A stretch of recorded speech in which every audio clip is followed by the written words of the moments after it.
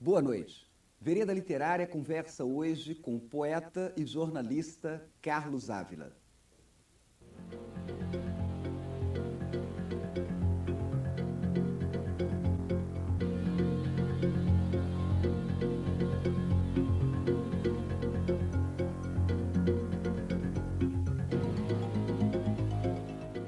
Carlos Ávila nasceu em Belo Horizonte. Tem 2 livros de poemas publicados.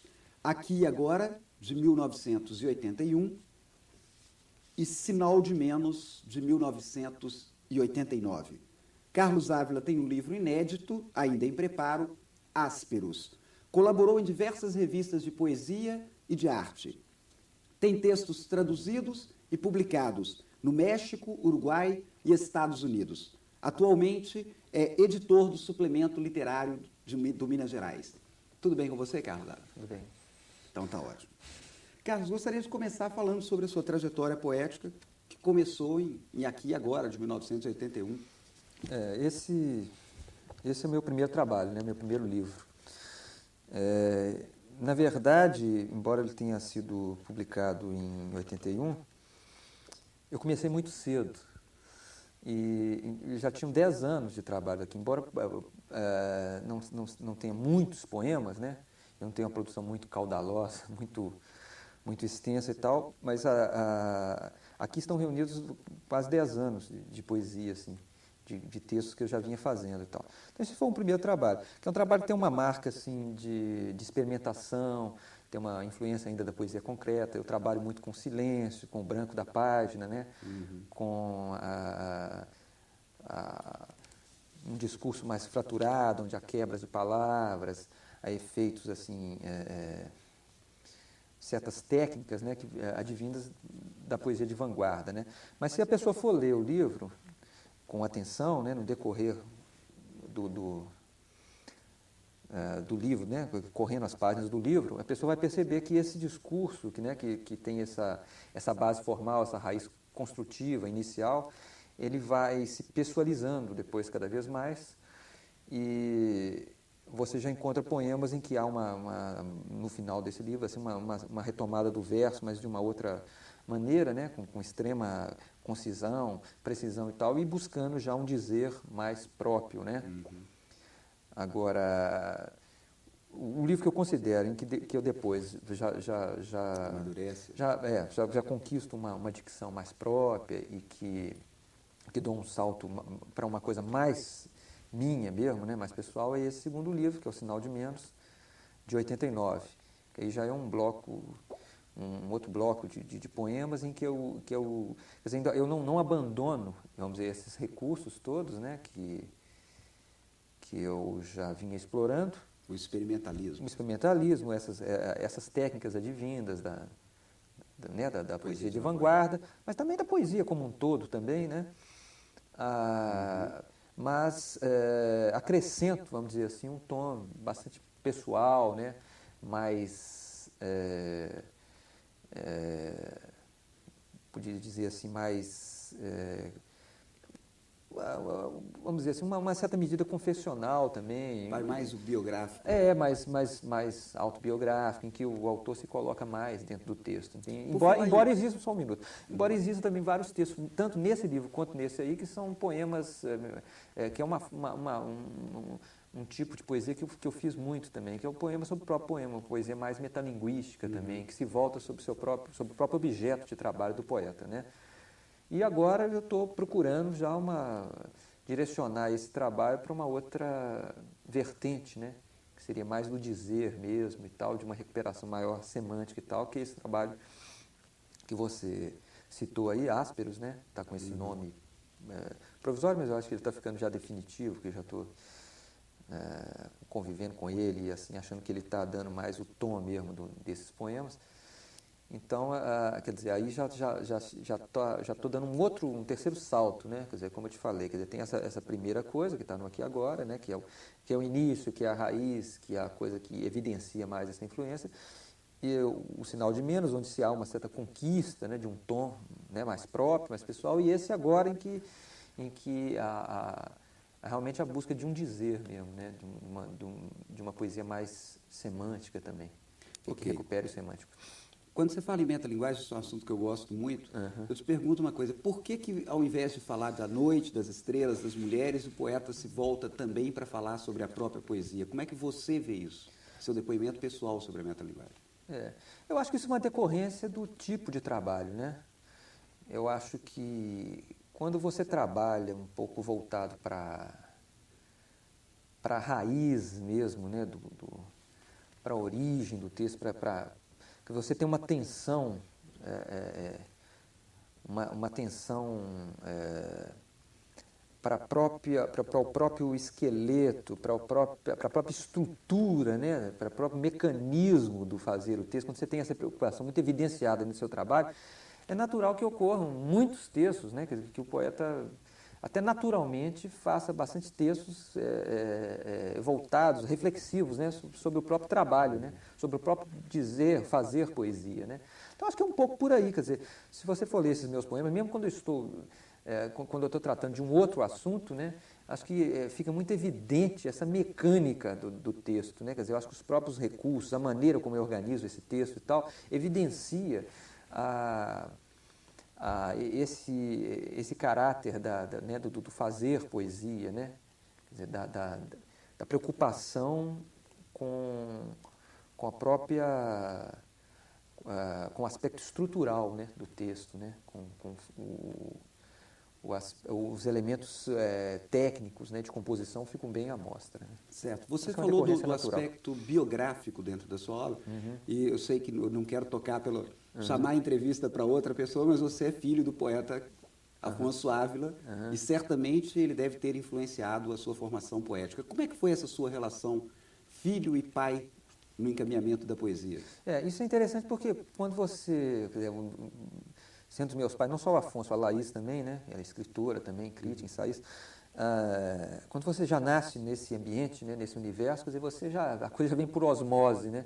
Você já estando exposto àquele ambiente. Quer dizer, é um ambiente que eu tive desde criança, desde cedo na minha casa, um ambiente cercado de livros, né? Onde havia muita conversa intelectual, né? E não só de livros, mas as outras artes também, né? Casa com quadros, com música, né? Com essa coisa da arte muito presente o tempo todo. Então, eu imagino que foi uma coisa natural. Nós somos 5 filhos, eu sou um desses 5 filhos e tal, mas há alguns dos meus irmãos também que trabalham com áreas próximas à literatura, ou com literatura também, né? Eu tenho a irmã, a Miriam, por exemplo, que trabalha, é ensaísta, é tradutora, trabalha nessa área também. Então, é uma coisa um pouco natural, né? Quer dizer, aqui daquele universo, daquele ambiente, né? em que você... nascendo ali, tendo sido criado ali, né? Quer dizer, você vira um descendente daquilo, né? Nesse livro, Sinal de Menos mesmo, tem um poema, abertura, um poema prefácio aqui não quero só citar, um poema prefácio do Haroldo de Campos. Em que ele comenta exatamente em que ele fala em que ele fala assim, ele diz aqui, né? Da casa dos Ávila, solar de poesia, Afonso e Laís, bem de raiz, descende o Carlos, né? Então ele vai por aí e tal, quer dizer, qualquer pessoa, né, quer dizer, nasce de alguma coisa, qualquer trabalho, né, literário, qualquer trabalho artístico, né, ele tem alguma raiz, né, ele tem algum ponto de onde ele emerge, né, de onde ele vem, né. No meu caso tem esse aspecto também de pessoas, da família e tal, mas de repente um outro poeta que não tenha, vamos dizer, ascendentes literários dentro de casa e tal, mas ele também, a linguagem dele é tributária de algum outro autor, né. Carlos, Vereda Literária convidou para dar um depoimento acerca do seu trabalho a escritora e professora Marister Maciel. Vamos ouvir? Bom, Carlos Ávila é um poeta lúcido, consciente do seu fazer poético e que sabe aliar com desenvoltura o rigor e a inventividade no trato da linguagem. Eu diria que a sua poesia é, ao mesmo tempo, laminar e luminosa, ágil e flexível, centrada em si mesma e aberta para o mundo. Estamos realizando um trabalho juntos, que vamos apresentar em São Paulo. Carlos vai ler seus poemas, eu vou fazer uma leitura crítica do seu trabalho e, por isso mesmo, tenho me debruçado sobre a sua obra.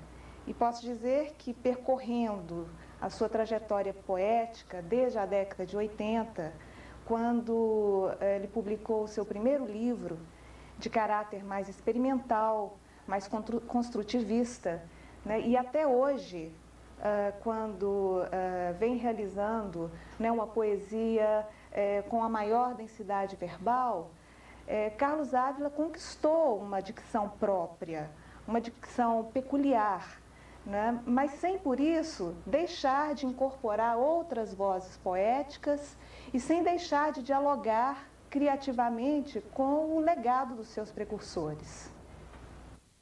Pois é, Carlos, nesse depoimento a Maria Esther Maciel resume, de certa forma, alguns temas que nós abordamos no primeiro bloco. Como é que você vê isso? Justamente a Esther sintetizou um pouco esses caminhos, né? Como ela falou ali, nós devemos ir juntos a São Paulo, participar de um evento da Secretaria Municipal de Cultura de São Paulo, no final desse mês de junho, parece que chama Poesia 96, que é um livro de poetas de várias partes do Brasil, para ler seus poemas e ter ao lado um crítico para fazer uma leitura crítica, como ela falou. Então devemos fazer isso juntos, né? E ela está, então, convivendo um pouco, entrando nesse universo dos meus poemas, e eu acho preciso justamente o que ela colocou, né? Quer dizer, ela sintetizou um pouco essas linhas, e um pouco isso que eu falei aqui, conversei um pouco com você antes, que é essa característica de ter uma voz pessoal, mas também... Um diálogo com as outras vozes. Um diálogo com as outras vozes, né? Quer dizer, em meio a outras vozes, quer dizer... Inclusive nessa série nova de poemas, ásperos, né? Que eu devo ler até lá em São Paulo mais, essa parte inédita, que eu já estou fechando e tal, eu acho que fica mais evidenciado esse tipo de coisa, porque há várias citações de versos de outros poetas, de repente no meio de um poema entrecruza um verso de Paul Éluard, ou há uma citação de Eliot, ou de algum outro poeta, e isso sem abrir aspas, sem nada, quer dizer, incorporado na voz do poeta. Então, na verdade... e na verdade você vai assimilando, né, aquilo que existe nos outros, né, mas que é você, né? Quer dizer, quando você lê alguma coisa, algum outro texto, você retira, né, você extrai dali alguma coisa que diz respeito a você também. Então, é esse entrecruzamento, né, quer dizer, de textos e de palavras, de versos aí, que formam, né, todo o trabalho. Então, quer dizer, a minha voz pessoal está confundida com a voz de outros poetas que eu gosto e tal. Então, há um jogo aí, né, um intrincado jogo, né, de significações aí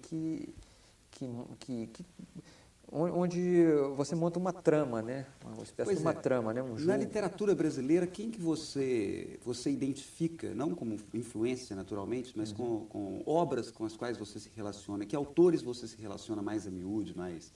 extrai deles mais essa essência e coloca no seu próprio discurso? Por exemplo,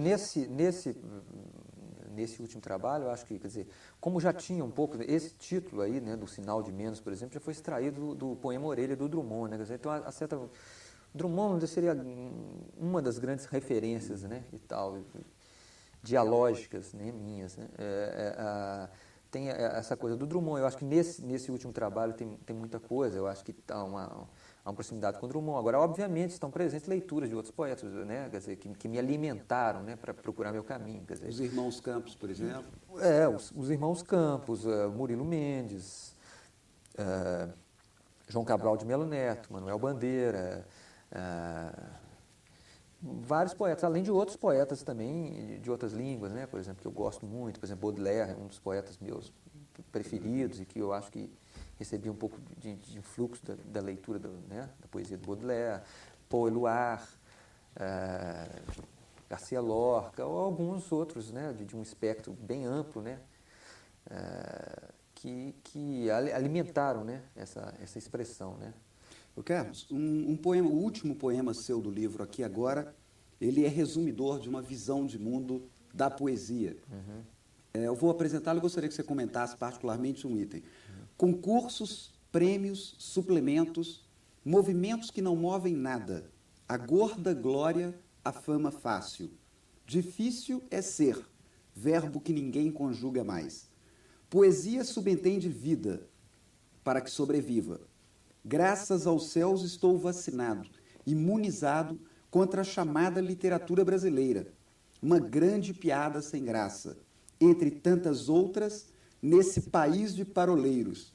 Não escrevi um poema, não escreverei para os contentes, meu bissexto sentido não me permite publicar o que acho bom e pouco. É isso aí, não estou louco e assino embaixo. Bom, o que você diz dessa literatura brasileira como uma grande piada sem graça?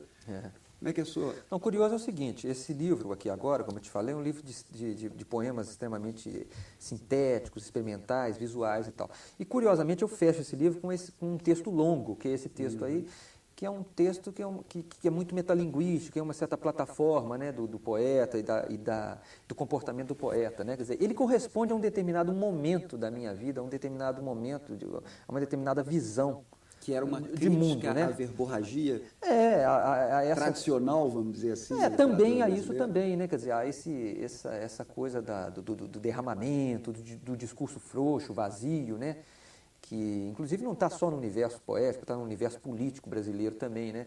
Então, esse texto ia um pouco por aí, quer dizer, ele queria resumir um pouco, vamos dizer, uma certa atitude do poeta, né? Uma certa postura do poeta diante do entorno, né? Ou do que ele via e vivia, né? Então, havia uma reivindicação muito grande de que a poesia, né, estivesse próxima mesmo, né? Colada à vida, né? Ao sentido mais vivencial, e quer dizer, o que rebate um pouco, talvez, aquela frase e verso do Murilo Mendes, que ele diz que viver a poesia é mais importante do que escrevê-la. Então, esse texto seria mais ou menos por aí, ele entraria um pouco por aí. Ele corresponde a um momento determinado da minha vida, a uma situação, né, existencial e a uma altura, né, do desenvolvimento desse trabalho poético meu. Então, ficou sintetizado, condensado aí, né? Então, é mais ou menos por aí, quer dizer, e chamar a atenção para essa coisa também, que rebate um pouco também naquele conceito do Ezra Pound, né, que poesia não é bem literatura, né, quer dizer, não está mais próximo das outras artes, da música, das artes plásticas, por exemplo, né. Então, há uma série de elementos aí que eu quis condensar, e curiosamente ele fecha o livro, mas destoa até do conjunto anterior do livro apresentado, por ser um texto longo, né, na forma verso e tal, mas que na verdade vira um pequeno, não um poema mesmo, não sei se seria bem um poema, mas ele tem um caráter mais de texto mesmo, né? Carlos, você é o editor atual do Suplemento Literário do Minas Gerais. Nós estamos num país em que a gente vive brigando pela questão de faltam suplementos, faltam incentivos à circulação da literatura, da poesia, da cultura. Como é que você entrou nesse trabalho e como é que está essa posição sua hoje dentro do suplemento? No ano passado, em 95, né, a professora Berenice Menegali, secretária de Estado da Cultura, me convidou para editar o suplemento. E quando eu cheguei no suplemento, o suplemento estava inteiramente desativado, morto, né? Ele tinha voltado no final do outro governo, mas tinha se interrompido, né? Fizeram só 2 números. Eu cheguei e vi que o jornal voltou com uma cara muito antiga, estava muito desconectado com a realidade editorial, né? Então, a primeira providência foi realmente dar uma nova linha editorial ao jornal e refazer também a linha gráfico-visual. Para refazer a linha gráfico-visual, eu convidei o Guilherme Mansur, artista plástico e artista gráfico, poeta, né? Que tem uma gráfica, trabalha em Ouro Preto, faz belas edições artesanais de poetas e tradutores. E a gente refez isso aí, e aí começamos a fazer o jornal. Então, retomei a numeração. Fizemos o número 3, que foi o primeiro número que eu fiz, já sob a minha editoria, e agora já estamos pelo número 13, 14, não, 14. O 14... Que é o número de junho.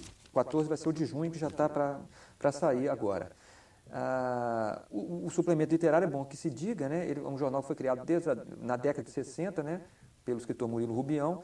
Foi criado no âmbito da imprensa oficial do Estado, né? Quer dizer, ele tem todo um passado, um período longo aí, né?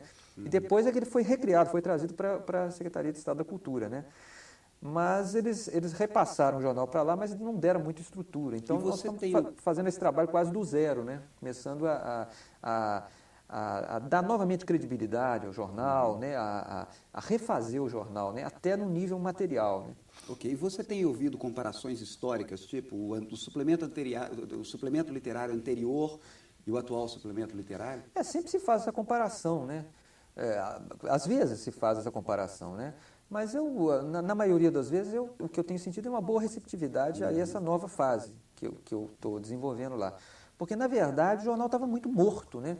E, quer dizer, um jornal que existia desde a década de 60, quer dizer, ele vai fazer 30 anos esse ano, em setembro, talvez a gente faça até uma edição comemorativa a isso, especial, que vamos até reencontrar o passado do jornal, fazer facsímile de páginas antigas, esse tipo de coisa e tal. Quer dizer, um jornal que viveu um período tão longo assim, quer dizer, ele teve fases boas e fases ruins, fases melhores e fases piores, né? Isso dependendo de quem estava editando, da linha, né? E tudo. Então, agora, o problema é esse, quer dizer, todo editor que está à frente de uma publicação cultural, ele coloca o viés dele, né? O ponto de vista dele. Então, isso às vezes não agrada a todo mundo, né? Mas é impossível também agradar gregos e troianos, né? E tal. Mas na maioria das vezes, e a gente tem publicado correspondência que a gente tem recebido, não só do Brasil, do interior de Minas, mas também até do exterior, a receptividade tem sido boa. Né? Ok, e as pessoas mandam livremente? Nós estamos abertos a receber colaborações, né? É só enviar para o nosso endereço, que é a Avenida João Pinheiro, 342, aqui em Belo Horizonte, né? E a gente recebe as colaborações, estamos abertos a receber tudo. Agora, isso tudo é triado, né? Pois é, mas qual é o filtro que você usa, basicamente, para poder fazer essa seleção? Pois é, aí tem todo um viés meu, né? Quer dizer, eu tenho que pensar isso aí dentro de um conjunto, né, de coisas, né? Por exemplo, nós fazemos um jornal mensal com 24 páginas, né? Porque ele já foi semanal no passado dele. Então, nós temos poucas páginas, entende como? Então, para muito material. Então, é preciso ter extremo rigor. O meu compromisso maior é com a qualidade. Tem sido com a qualidade, ou seja, unindo a experimentação, a pesquisa, com a tradição viva. Esse tem sido o caminho, né? Quer dizer, então, é preciso também compreender isso, que nós temos que ter extremo rigor, né? Um julgamento rigoroso através da qualidade do material recebido, porque nós temos só um jornal mensal com 24 páginas para fazer, entende? Então, é preciso, quer dizer, que esse material fique bastante equilibrado, né? E harmônico, né? Dentro do todo da edição, né? Ok, Carlos, minha última pergunta para você é a seguinte: como é que você avalia, agora já falando com o jornalista cultural Carlos Ávila, como é que você avalia esse equilíbrio ou desequilíbrio do eixo Minas, Rio e São Paulo do ponto de vista dos suplementos literários? Na verdade, a gente está seguindo, quer dizer, o suplemento de Minas aqui está sendo quase, vamos dizer, um dos únicos, né, suplementos. Quer dizer, o Paraná tinha um bom suplemento, que era o Nicolau, né, mas que também não era, a base dele não era estritamente literária, havia alguns outros assuntos também, mas tinha muita coisa de literatura, de cinema, música, de outros assuntos também, né, desenho, esse tipo de coisa. Era muito variado. Mas esse suplemento, esse jornal acabou, né, o Nicolau, que foi criado pelo escritor Wilson Bueno, em Curitiba, né? E o jornal, ele criou o nome do jornal, criou o jornal e dirigiu esse jornal durante 8 anos seguidos. Com a nova gestão, aí mudaram-se as coisas, quer dizer, essas coisas públicas têm isso, né? Quer dizer, a publicação pública, então outro governo muda toda a coisa, né? Então ele saiu, deixou. Quer dizer, esse era o jornal que tinha maior expressão, que estava mais ou menos nesse campo. Então eu acredito que essa nova fase do suplemento está ocupando um pouco esse espaço aí e abrindo espaço para a criação, para esse pessoal que mais ou menos colaborava aí nessa linha do Nicolau. Há aqui e ali espaço para o Brasil, eu sei que existem outros jornais, outros suplementos e tal, mas talvez nenhum tenha um peso tão grande assim, quanto suplemento, que também tem o seu passado, né? Tem toda uma tradição. Né? Agora, na grande imprensa mineira, você acha que nós temos reservado o devido espaço à literatura e à arte em geral? Olha, esses cadernos aí é uma coisa um pouco diferente, né? Quer dizer, no caso do suplemento, a gente dá um peso muito grande à criação, né? Quer dizer, a gente publicar coisa de criação ali, o espaço que você não tem na grande imprensa, né? A grande imprensa procura, tem repórter, tem toda uma grande equipe, tal, acompanhar os acontecimentos, os fatos culturais. Mas muitas vezes deixa a desejar, né? Porque há uma massificação muito grande, né? Eu acho algumas artes, vamos dizer, a música popular, o cinema, às vezes elas ficam ocupando um espaço muito grande dentro disso. Então, há uma massificação muito grande, uma banalização muito grande. Então, isso às vezes desequilibra muita coisa. Os suplementos culturais ficam muito para esse lado e tal. Então, uma das coisas que a gente está seguindo, inclusive no suplemento literário, que eu costumo dizer isso, até em outras entrevistas já falei, é que nós devemos ser tudo que a grande imprensa não é. Ou seja, um pouco a questão. Abrir para a criação, né, e ter um trabalho mais aprofundado, né, de maior penetração, assim, mais fundo, né, na coisa da literatura e nas artes em geral, porque isso não está havendo na grande imprensa. Ok, Carlos. A última pergunta do programa nós encomendamos a Maria Esther Maciel. Vamos lá? Bom, Pode-se dizer que, desde Baudelaire, o poeta moderno teve que se debater, não sem conflito e de uma maneira contraditória, com o surgimento e com a consolidação da chamada sociedade industrial. Hoje, com a crise dos principais valores que constituíram a tradição moderna, a poesia ainda se debate e com muita força com um repertório enorme de linguagens advindas das novas conquistas tecnológicas deste final do século, sobretudo na área da informática. Eu pergunto, qual é a sua relação como poeta com essas linguagens no momento em que você tem valorizado mais, né, a dimensão verbal do poema? Esther, a minha relação tem sido a melhor possível, uma relação aberta. Hoje eu estou fazendo poesia verbal, amanhã eu posso estar usando outra técnica. Então eu acredito que essas linguagens estão trazendo um enriquecimento para a linguagem poética, o que não anula a linha verbal. Eu acho que pode-se fazer poesia em várias direções, de várias formas hoje. Essa é a nossa riqueza nesse tempo que estamos vivendo. Ok, Carlos. Vereda Literária chega ao fim, agradece a sua entrevista e deseja ainda mais sucesso para o seu trabalho. Muito obrigado. Obrigado a vocês. Até a próxima semana, com certeza, muito obrigado.